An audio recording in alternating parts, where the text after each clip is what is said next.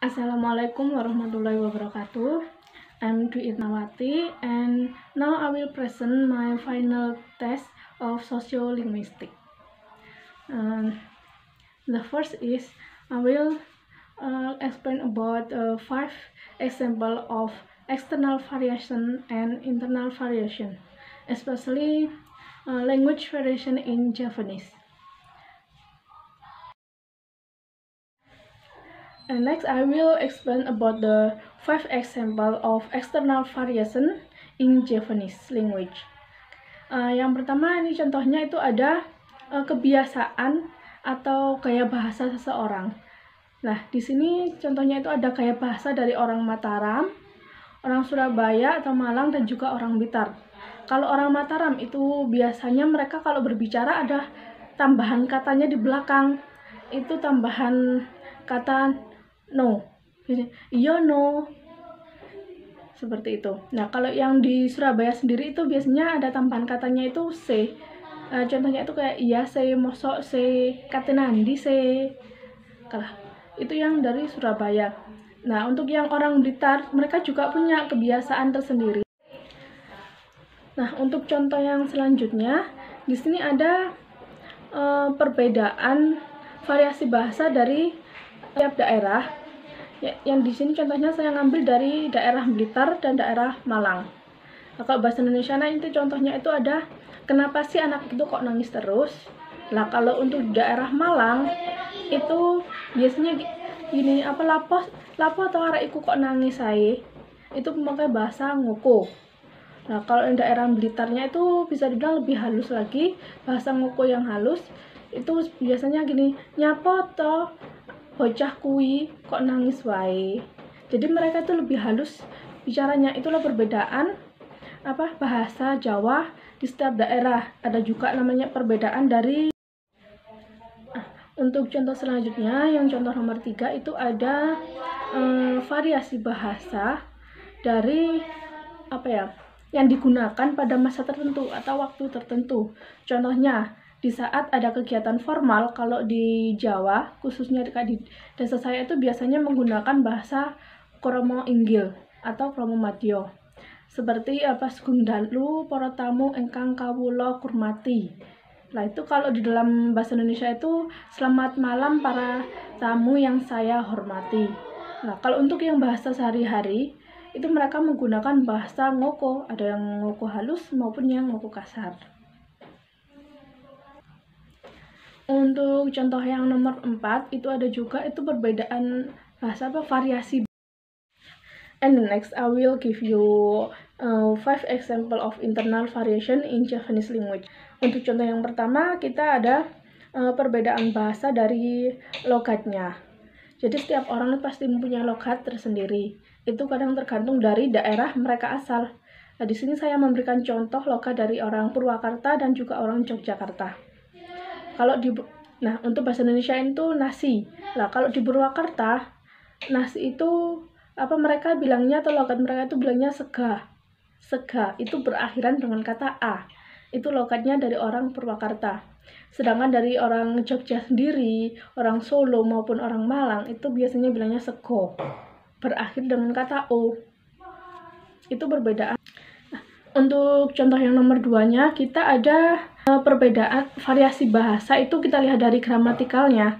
Nah, di sini contohnya itu misalnya gramatikal antara orang Malang sama orang Blitar.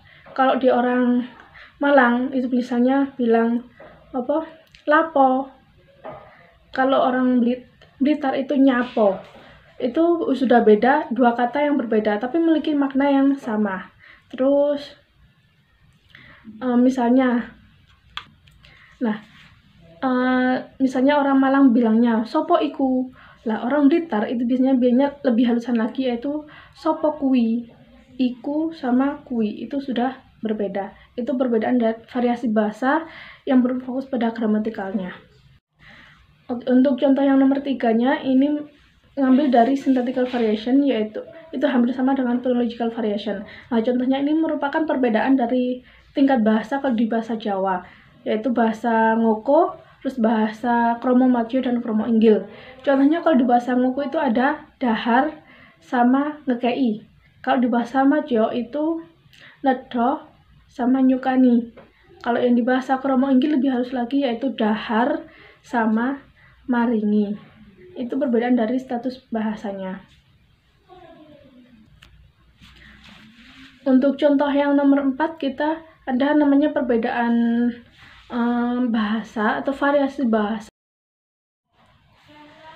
And the next, I will explain about the concept of bad language in Javanese. Jadi di sini saya akan menjelaskan tentang konsep bahasa yang tidak sopan di dalam bahasa Jawa. Javanese people and the culture is uphold the value of politeness in behavior and speech. Jadi orang Jawa dan kebudayaan Jawa itu sangat menjunjung tinggi namanya kesopanan, baik kesopanan dalam bertingkah laku maupun bertutur kata.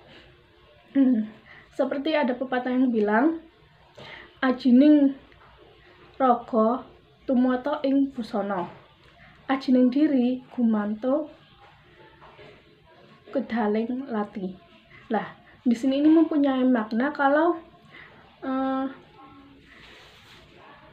baik buruknya kita itu tergantung dari apa yang kita pakai dan apa yang kita ucapkan. Jadi kayak misalnya apa yang kita lakukan, apa yang kita pakai, kalau di Jawa itu sangat berpengaruh. Itu menunjukkan bagaimana diri kita. Dan orang Jawa sendiri itu juga sangat menjunjung namanya kesopanan. Itu kalau di Jawa biasanya dibilang unggah-ungguh. Jadi seandainya kita berbicara tidak sopan, baik kepada sesama kita, sesama usia kita, apalagi kepada orang tua, kita berbicara tidak sopan, itu mereka anggap kita itu tidak punya unggah-ungguh atau tidak punya sopan santun. Nah, dan di Jawa sendiri itu kadang juga masih ada yang namanya bahasa yang tidak sopan yang kadang diucapkan oleh seseorang, entah itu mereka sedang kesal ataupun marah. Lah, bahasa yang tidak sopan ini seperti bahasa misalnya kayak kata-kata yang vulgar, terus kayak kata-kata umpatan, kata-kata sumpah serapah, ataupun kata-kata mengutuk seseorang. Nah, contoh untuk bad language in Javanese ini merupakan yang pertama itu kata-kata vulgar atau vulgar words. Itu seperti kata misalnya kayak lonteng, glata, terus motomu, bacotmu. Itu sebuah kata yang kalau di Jawa sendiri itu mungkin orang bakal bilang, orang itu gak punya sopan santun itu bicara kayak gitu. Karena kayak lonte itu bisa diartikan ditujukan kepada perempuan, sedangkan glata itu ditujukan kepada seorang laki-laki biasanya. Untuk contoh selanjutnya itu yang bad language atau kata yang tidak sopan kalau di bahasa Jawa itu yaitu kata-kata yang kayak sumpah serapah. Itu juga ditujukan kepada seseorang mungkin karena dia marah atau punya masalah dengan orang itu. Misalnya, tak dungakno awakmu jungkel yo, tak dungakno mate kon. Itu merupakan kata yang sangat kasar di dalam bahasa Jawa. Ada juga di dalam bahasa Jawa itu kata kayak kata-kata kayak mengutuk seseorang ataupun kata-kata untuk menghina seseorang, misalnya goblok, colo, kon jangkrik kon, atau kata-kata yang lebih kasar lagi. Itu merupakan merupakan contoh dalam bad language in Javanese.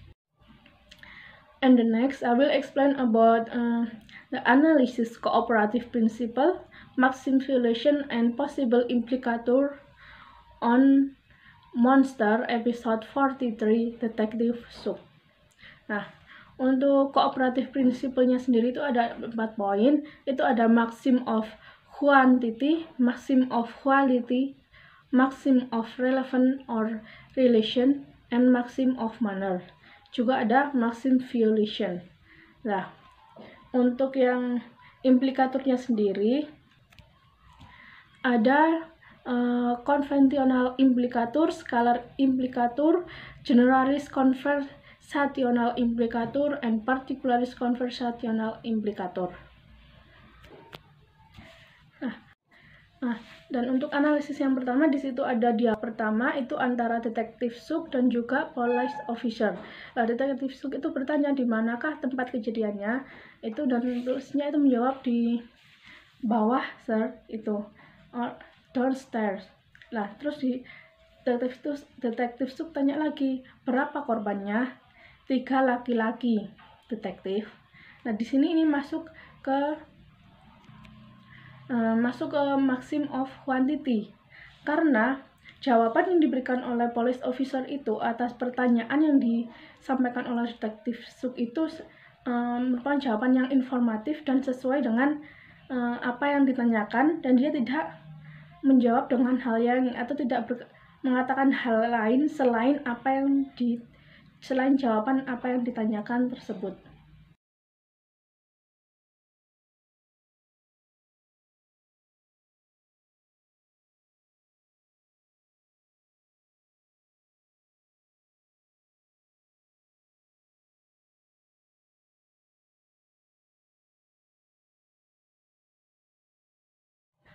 Nah, untuk selanjutnya itu ada dialog kedua, itu antara the girl and detektif Suk. Nah, yang ceweknya itu yang bertanya, apakah detektif sudah sudah tahu siapa pembunuh temannya detektif?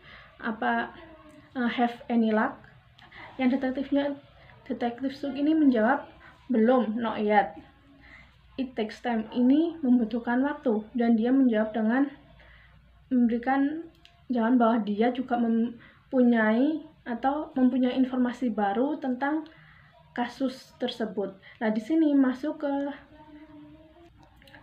ke maxim of manner, karena detektif Suk ini memberikan jawaban yang jelas kepada perempuan tersebut tentang apa yang dia tanyakan. Dialog ini juga masuk dalam implikatornya. Dialog ini juga masuk ke generalist conversational implicator, karena dialog ini sangat mudah untuk difahami, dan untuk pendengarnya itu mereka bisa dengan mudah memahami makna apa yang diucapkan oleh penuturnya tersebut.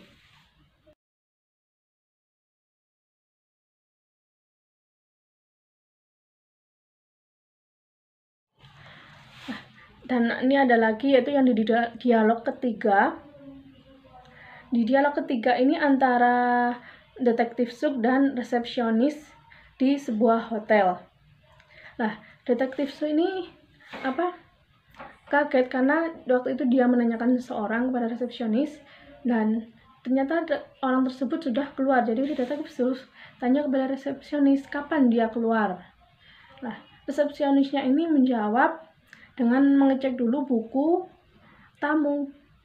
Nah, terus dia bilang jika orang tersebut sudah keluar the day before yesterday in the morning. Nah, di sini masuk ke maxim of quality. Kenapa masuk maxim of quality?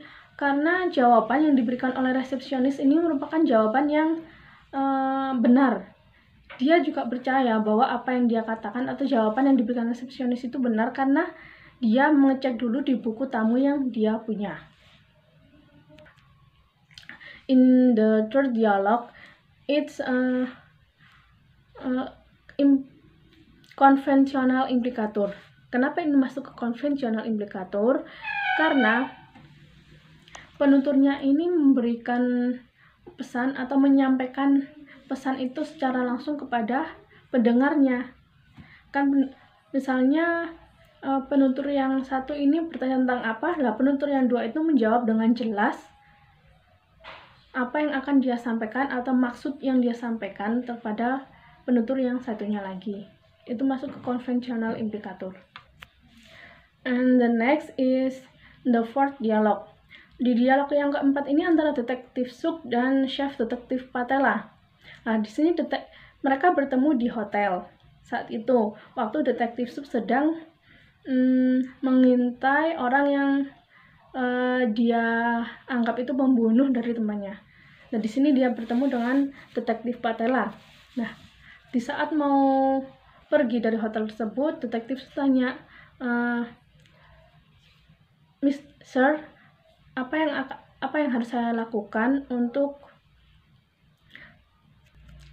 jadi dia tanya, nah sir, apa yang harus saya lakukan tentang kasus ini? Nah, detektif Patella menjawab, wah, tunggu dulu, slow down. Mr. Grammer itu bisa kembali lagi ke hotel ini kapan saja. Jadi kamu tetaplah di sini untuk mengawasinya. Lah, untuk dialog yang keempat ini masuk ke maxim of manner. Nah, kenapa masuk ke maxim of manner? Sebenarnya itu dialog yang keempat. Di dialog yang keempat ini itu antara detektif Suk dan detektif Patella. Nah, di sini detektif Suk itu bertanya, itu apa yang harus saya lakukan terhadap kasus ini, Pak? Lah detektif Patella bilang, wah, just slow down. Jadi bersabarlah. Mr. Grimmer itu bisa kembali ke hotel ini kapan saja. Jadi kamu tetaplah di sini untuk mengawasinya. Isi dari pesan tersebut itu. Nah, di sini masuk ke maxim of relevant. Kenapa masuk ke maxim of relevant? Karena jawaban yang diberikan oleh detektif Patella itu relevan dengan pertanyaan yang diajukan oleh detektif Suk. In the first dialogue, jadi di dialog 4 ini itu masuk ke particularis conversational implicatur. Kenapa di sini masuk ke particularis? Karena the meaning is not easy to di dialog keempat ini masuk ke particularis conversational implicatur. Kenapa masuk ke particularis? Karena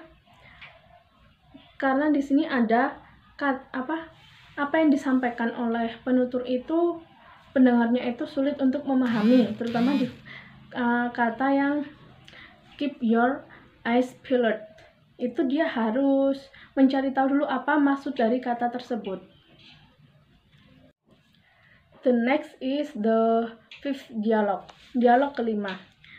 Di dialog kelima ini antara the girl and detective Suk juga. Jadi di sini itu kayak detektif Suk itu seperti suasana di situ detektif Suk itu seperti orang yang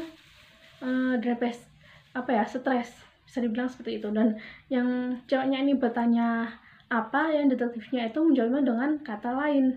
Jadi tidak menyambung antara pertanyaan yang perempuan itu dengan jawaban yang diberikan oleh detektif. Nah, di sini masuk ke maxim violation.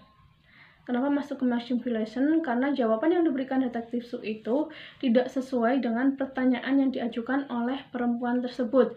Jadi detektif Suk itu melanggar peraturan maksim yang ada di cooperative principle. Dan di dialog 5 ini juga masuk ke particularis conversational implicatur. Karena dalam conversation itu apa yang disampaikan oleh detektif Suk itu sangat susah dicerna, maksud atau message-nya, meaning-nya. Maksud dari pernyataan tersebut itu sangat susah untuk dicerna dan difahami oleh perempuan itu. Okay, next. And now I will explain about the analysis, politeness strategies, speech act, and possible implicator on 2nd 2020 presidential debates between Donald Trump and Joe Biden. In politeness strategies, we have 4 points, that is polite on record, positive politeness, negative politeness, and off record. And in speech act, we also have locution, illocutionary, and perlocutionary acts. Nah, karena kita kemarin juga sudah mempelajari tentang strategi politeness dan juga speech act, dan untuk possible implicator tadi juga sudah saya sebutkan, jadi langsung aja untuk ke analisisnya. Di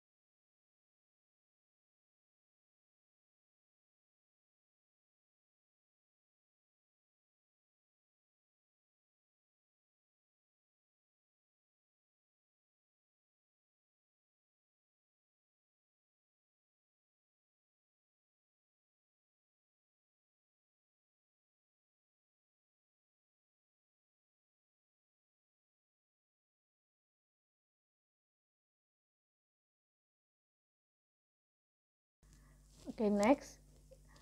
Dan sekarang itu yang ada di analisis keduanya itu merupakan pernyataan dari Miss Walker dan juga Joe Biden. Dari pernyataan Miss Walker itu dia bertanya tentang how would you. Nah, how would you ini masuk ke off record. Kenapa ini masuk ke off record? Karena dia bertanya sesuatu hal dengan secara tidak langsung atau menggunakan indirectness. Di analisis ini juga itu dari pernyataan Joe Biden dari kata I would make sure.